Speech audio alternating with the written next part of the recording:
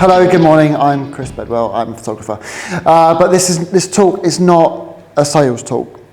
This is a factual talk about me and what I do, how I got into doing it, and so on. So photography is something I've been into since I was a child, since I was a kid. I'm not one of those guys who's gone out and bought a camera and gone, I'm a photographer, and goes to someone's wedding for 50 quid and ruins the pictures.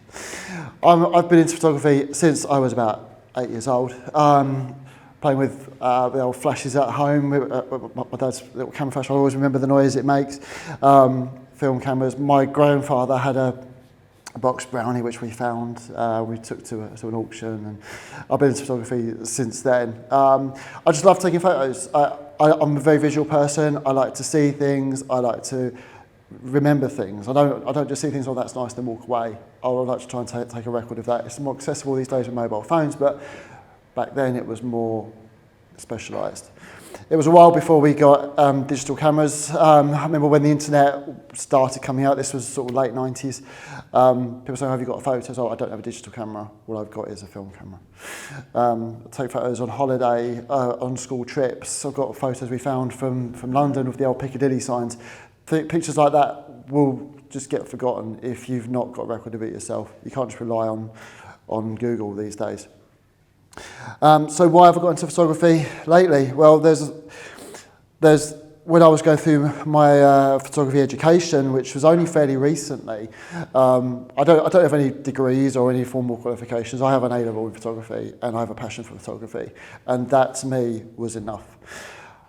I learned about this photographer guy called Henri Cartier-Bresson, which is one of the founding fathers of photography, along with Ansel Adams. Look them up, they're rather good.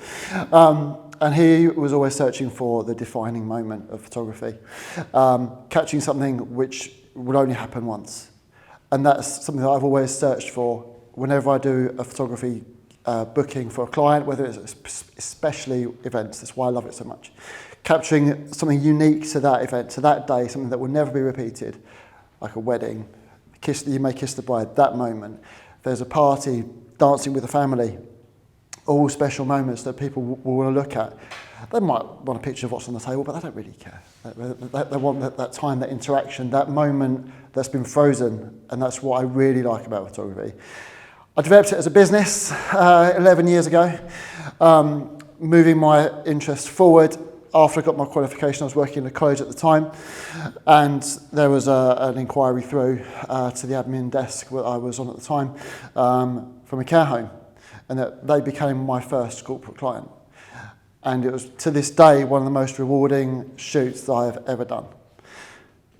I've done a lot of shoots since then. I've taken thousands of photos, but this shoot will always stick in my mind.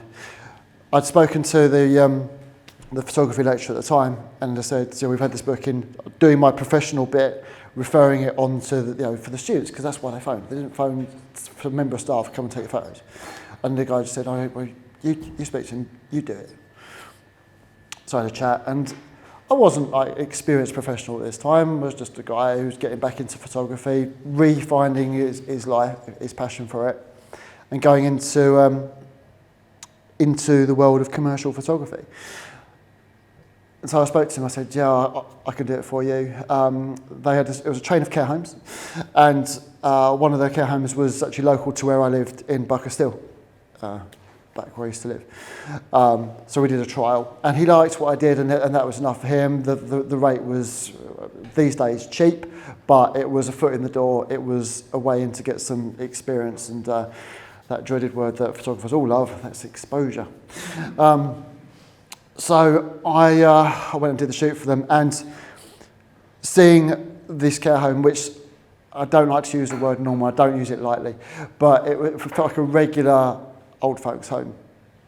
So you get people there, grandparents, mothers, the senior folk of the family, and they're watching TV, there was the sweets trolley going around, and it was all very nice and relaxed and stuff, and that was great, and they were happy with the pictures I produced from that shoot. And then we went to do the other shoots, and it was then when you kind of get the, well, you have to appreciate what you have and what you've got, because there were some homes in that care home where there's sort of dementia specialist homes, so you've got people there who are screaming, and you know, and you're thinking this is someone's mum, someone's wife, someone's granny, and they're saying, "Oh, don't come back to my room," you know, and it was eye-opening. And then you suddenly have like a real appreciation for what you have while you've got it, and that's been one of my driving factors in business. Like I say, you've got to keep going. You can't just stop.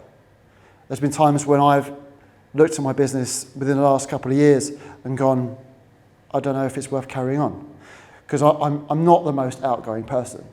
I'm not the most talkative person, but I grew up with a stutter. I was quiet. I was shy at school, but then the bookings start coming in again. You start getting the interest. People start coming to you. I hear the word manifest used a lot online, and it kind of grates me a little bit. You make your own stuff, just doesn't appear. You make your own. You build your connections. People will eventually, you'll put a message out. Someone will go, "Oh, I'm getting married," or "I'm having a party. Can you come and do some photos for me?" And then from there, it will start to pick up again. You've got to keep going. That's one thing I'll say to people.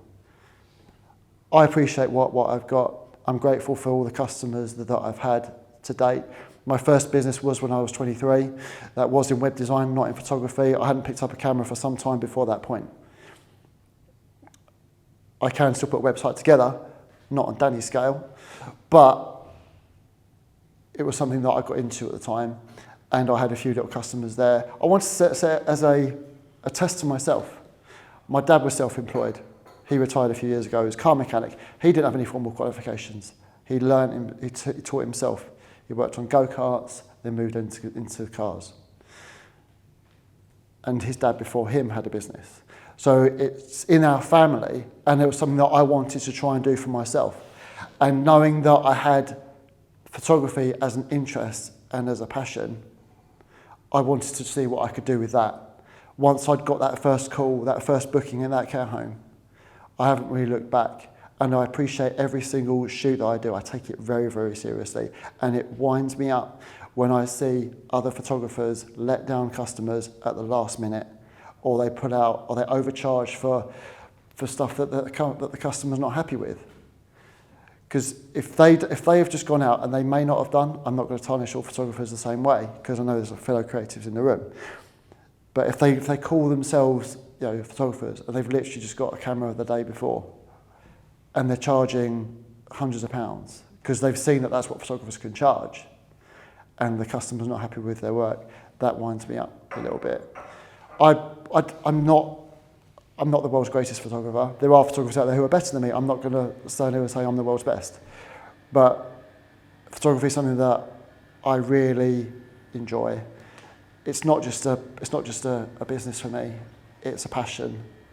It's something that I am interested in. I'm always looking to develop what I do now, always looking to develop my business now. I'm looking at getting a drone at some point within the next sort of few months, hopefully. I can't fly a remote control helicopter. Let's see how that works. Crash into a tree the minute I buy it. But I'm always looking to push myself now, push what I've got and develop it even further. So recently, I've been fortunate enough to have quite a busy period. And like I was saying, I have times where it's really quiet. But as I get those bookings in, I can see that I've got a variety coming up. Now sitting on my computer, I've got 2 weddings to edit and 2 parties to edit. I've had 2 50th birthdays within the last 2 weeks. I've had 2 weddings within the last 2 weeks. I've done headshots. I've purchased a backdrop now for headshot photography, which is something I've been after for a long time. And I was just looking on Facebook Marketplace at the right time. I found this big backdrop for an absolute bargain price. So I've been able to then have that as a service, and it's more than paid for itself already. I did a shoot in Cambridge for a firm. I did some shots for a George Michael tribute act, and I've done some for another a tutor in Ipswich. So that's now paying off as well as a service. That's mobile. I can take that wherever I like to give a studio type experience for the customer. So I'm looking to develop what I do, but deep down, it will always sort of stem back from where I am People might not want to book me, and that's absolutely fine. But what I enjoy and what I love is photography, and I'll always look to push that on a bit more. And that's basically all I have to say about that.